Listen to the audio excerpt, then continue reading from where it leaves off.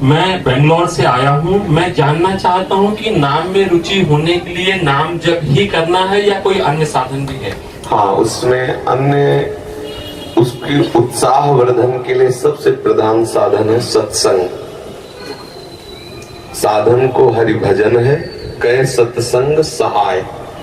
जैसे हमें किसी मार्ग में चलना होता है तो पहले मार्ग बताने वाला हमें चाहिए, जहां हमें चलना है हमें उसकी जानकारी के साथ हमें उत्साह वर्धन करने वाला चाहिए, फिर हमें चलने के लिए सामर्थ्य चाहिए। सत्संग हमें उत्साह वर्धन कराता है। सत्संग हमें भगवान के अद्भुत अद्भुत करुणा में लीला चरित्रों का ज्ञान कराता है। साधु समागम से हमारे हृदय में भगवान नाम रूपी धन के प्रति महत्व बुद्धि होती है। पहला सबसे सावधानी की आवश्यकता है कि कुसंग त्याग करके सत्संग करें। दूसरी सावधानी की आवश्यकता है भोजन। अगर आप यहाँ सत्संग किए और गंदे विचार वालों का संग किया, अभिमानी जनों का संग किया, तो इसका रंग नहीं चढ़ेगा, क्योंकि बहुत जन्मों से हम उसी कुसंग में पड़े रहे। अगर कुसंग ना होता तो हमारे हृदय में भगवत प्रीति उदय हो गई होती। ये पहचान है, कुसंग की पहचान है। नाना प्रकार की दुर्वासनाएं, शरीर भोग आदि के लिए हमारे हृदय में लालसा होना, वो है। इसका मतलब बहुत समय से कुसंग होता रहा है।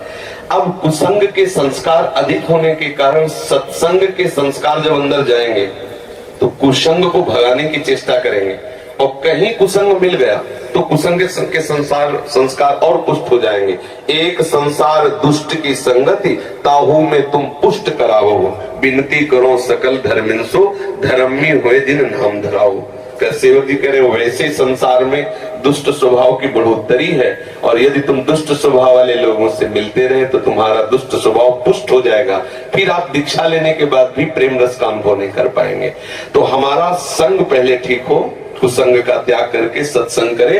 और फिर दूसरी बात, आहार शुद्ध हो। आहार शुद्धि सत्य शुद्धि, अर्थात हमारा आहार शुद्ध हुआ तो हमारा मन शुद्ध हो। ऐसे ग्रामीण भाषा में कहते हैं, जैसा खाओ अन्न वैसा बने मन, जैसा पियो पानी वैसी बने वाणी। ऐसे गांव में भी ऐसे चर्चाएं होती है। तो हमारा अन्न ठीक होना चाहिए, भोजन ठीक होना चाहिए। सात्विक भोजन भगवान को अर्पित करके, प्रियालाल को अर्पित करके पाया जाए, साधु समागम किया जाए, शास्त्रों का स्वाध्याय किया जाए। भगवान शंकराचार्य जी ने साधन पंचक का गान किया है, उसमें से आगे आगे के 5 शब्द हम बताते हैं।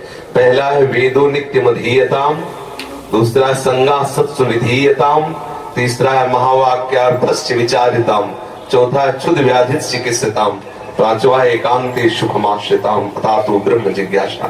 पहले का तात्पर्य है कि जो भगवत प्राप्ति करना चाहता है उसे शास्त्रों का स्वाध्याय अनिवार्य। यदि पढ़ा लिखा नहीं है तो जहाँ शास्त्रों का गान होता है वहाँ सुनना चाहिए। श्रवण से भी पठन का लाभ प्राप्त हो जाता है। श्रवण और पठन का एक ही फल है। सेवक हरिवंश महाप्रभु ने कहा, श्रवण सुनत प्रापक रति राधा पद अम्बुज सुकुमार। यदि हम प्रियालाल की चर्चा सुनते रहे, वाणी सुनते रहे, तो हमें प्रियालाल के चरणों में प्रेम हो जाए। वेदो नित्य मधीयताम, शास्त्रों का हम नित्य स्वाध्याय करें या श्रवण करें। संगा सत्सु विधीयताम, हम संग करें तो महापुरुषों का संग करें, जिनके संग से हमारे अंदर के विकार मिट जाएं, जिनके संग से प्रभु प्यारे लगने लगे, जिनके संग से हमें संसार के भोग के प्रति हे बुद्धि हो जाए, ऐसे संतों का हम संग करें। और महावाक्यार्थस्य विचारिताम, जो महापुरुषों ने अनुभव किया है, वो जो वचन बोलते हैं, वैसे यहाँ महावाक्य का तात्पर्य तो अहम ब्रह्मास्मादि से है, लेकिन हम उसको इस रूप में लेते हैं कि जो संत महापुरुषों ने जीवन में अनुभव करके और वो शास्त्रों का सार वाक्य बोलते हैं, विचारिताम वाक्यार्थस्य विचारिताम, हम उनके वाक्यों के अर्थ का विचार करें। जो संत जन कहते हैं हम उस विचार में डूबे, उसे आचरण में उतारे। फिर बात कही क्षुद्र व्याधि चिकित्सिताम, क्षुधा रूपी व्याधि की चिकित्सा करें। देखो कैसी बात है, चिकित्सा औषधि रूप में होती है। भिक्षान्नम औषधम, यदि वैरागी है तो भिक्षा का अन्न, और गृहस्थी है तो सत धर्म से कमाए हुए धन के द्वारा भगवद अर्पित करके अतिथि साधु सेवा करके फिर अपने उदर का पोषण करें। एकांत सुखमास्यताम, अपनी दिनचर्या में कुछ ऐसा समय होना चाहिए एकांत में बैठ करके हम अपने आराध्य देव का बिल्कुल व्यवस्थित चित्त होकर के चिंतन करें। व्यग्र चित्त होकर नहीं, शांत चित्त होकर प्रभु का चिंतन, ऐसी दिनचर्या होनी चाहिए। अगर ऐसी दिनचर्या है तो नाम में रुचि हो जाएगी। खान पान ठीक हो, संग ठीक हो, विचार ठीक हो, आचरण ठीक हो, तो रोज नाम में उत्साह बढ़ता चला जाएगा। अब एक मटकी में चाहे जितना पानी भरो, थोड़ा सा छेद कर दो तो भरेगी नहीं, खाली होती चली जाएगी। ऐसे ही अगर थोड़े से गंदे आचरण, थोड़ा सा असाधन, तो हम नाम जब करते हो भरता नहीं है नाम का भाव, वो धीरे धीरे निकलता रहता है। बहुत समय व्यतीत हो जाता है, फिर हमें अश्रद्धा होने लगती है कि यार नाम जपने से कुछ लाभ तो मिला नहीं, अभी वही विकार बने हैं, अभी वही वासना है। सुनते थे नाम में आनंद मिलता है, लेकिन आनंद तो मिला नहीं। नाम आनंद में है, पर उसके साथ जो हमें परहेज करना है वो हम कर जाए तो बहुत जल्दी लाभ प्राप्त हो जाएगा। धीरे धीरे धीरे धीरे नाम का प्रभाव ऐसा चढ़ेगा कि जिह्वा को और कुछ अच्छा ही नहीं लगेगा। ये जो षटरस आदि व्यंजन है बिल्कुल अच्छा नहीं लगेगा। देखो, जिसको सांप काटता है ना गाँव में, उसे नीम की पत्ती खवाई जाती है पहचान करने के लिए, जहर चढ़ गया कि नहीं। पूछा जाता है कैसा लगा, उसने कहा कड़वी, तो बोले सांप जहरीला नहीं था क्योंकि जहर नहीं चढ़ा।